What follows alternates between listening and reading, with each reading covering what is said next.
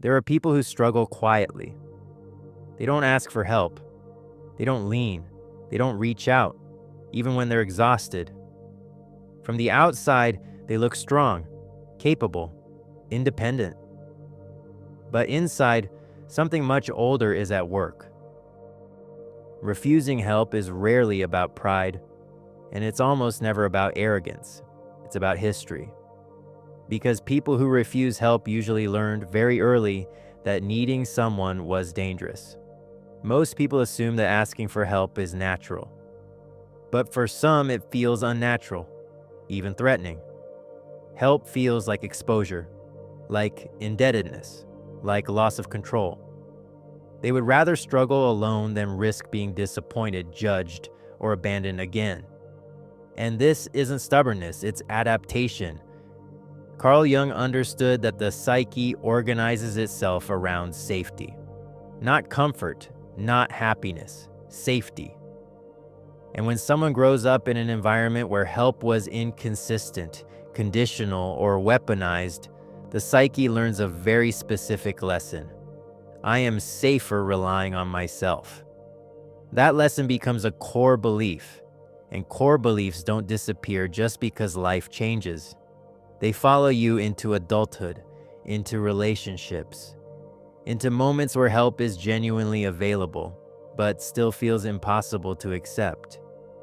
People who refuse help often had to grow up too early. They became self-sufficient not because they wanted to, but because they had to. They learned how to manage emotions on their own, solve problems alone, carry burdens quietly.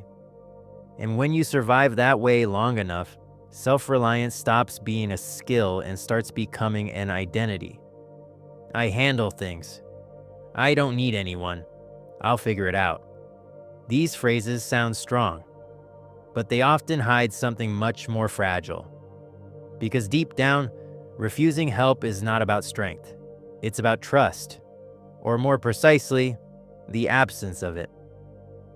Trust that help will be there tomorrow. Trust that it won't come with strings. Trust that accepting support won't later be used against you. Many people learned the opposite. They learned that help came with a price, with guilt, with control, with reminders.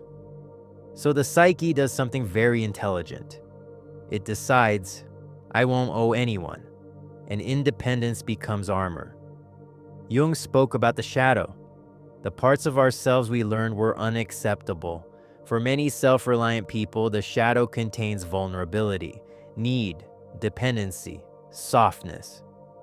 These traits were not welcomed, so they were buried, and in their place grew competence, resilience, self-control, all admirable qualities until they become rigid.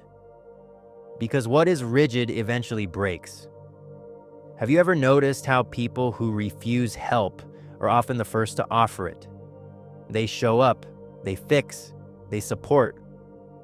But when the roles reverse, they pull back, not because they don't need help, but because receiving feels unsafe. Receiving means being seen. Receiving means being known. Receiving means giving someone access. And access once meant pain. So refusal becomes protection. When you don't ask for help, you don't have to face the possibility that no one will show up. You control the outcome by not hoping. This is one of the cruelest paradoxes of self-reliance. You avoid disappointment by accepting loneliness. And over time, this loneliness starts to feel normal, even comfortable. Jung believed that what we avoid consciously, we live unconsciously. So people who refuse help often live with a constant background exhaustion. They carry too much. They manage too much. They process everything internally. And because they don't externalize their struggle, others assume they're fine. They've got it handled. So the pattern reinforces itself. No one offers help because you never seem to need it. And you never ask because no one offers. This is how independence becomes invisibility. Not intentional invisibility, but earned. You taught the world how to treat you by never letting it see your need. And undoing that pattern feels terrifying, because the moment you accept help, you challenge the story you built to survive. You risk discovering that maybe you didn't have to do it all alone. And that realization can be painful.